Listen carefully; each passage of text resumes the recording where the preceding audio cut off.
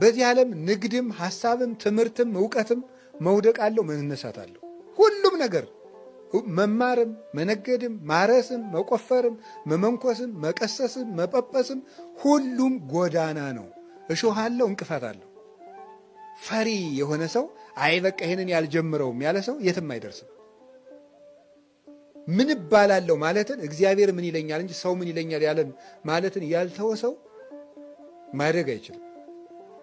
የሰው ልጅ ሁልጊዜም እንኳን ጓደኛው ላይ ከእግዚአብሔር ላይ ሐሳብ የሚሰጥ ፍጡር ነው። ስለዚህ ሰዎች ስለሚያወሩት ጉዳይ መጨነቅ ሳይሆን እኔና እግዚአብሔር እንዴት ሆነን እየኖርን ነው የሚለውን ነው ማሰብ። ሰው የፈልገውን ማውራት ይችላል። እኛ ግን መስራት ያለብን የራሳችን። ስለዚህ ከፈሪነት መጠበቅ፣ ሰው ምን ይለኛል የሚለውን ወይም እንዲህ ቢገጥመኝሳ ብዋረድሳ አሬባስ አልነካካ አለ ማለት የምንችለውን ነገር በእግዚአብሔር አምነን ሰው አማክረን አቅደን መስራት።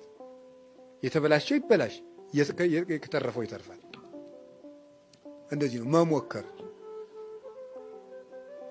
አሁን ብዙ ሰው ራሱ በእኛ ቤት ያለው ሰው ሁሉ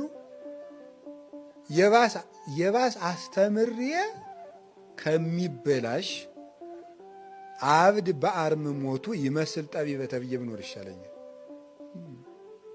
በቃ በዝምታዬ ሊቅ ብባል ይሻላል። እንደው አይ ሊቁ ገሌ አባፋቸው ነው እንጂ የማይናገሩ ብባል ይሻላል ብሎ ተጎልቶ እንደ ድንጋይ አይደለም መናገር። ተናገር። ሃይማኖት ከሆነ ከተማርከው ተናገር። እግዚአብሔርን እየፈሩ እግዚአብሔርን መፍራት ነው እንጂ ሰው መፍራት ያበላሻል። ሁልጊዜ እየተሰቀቁ ብኖር መሻሻል የለም።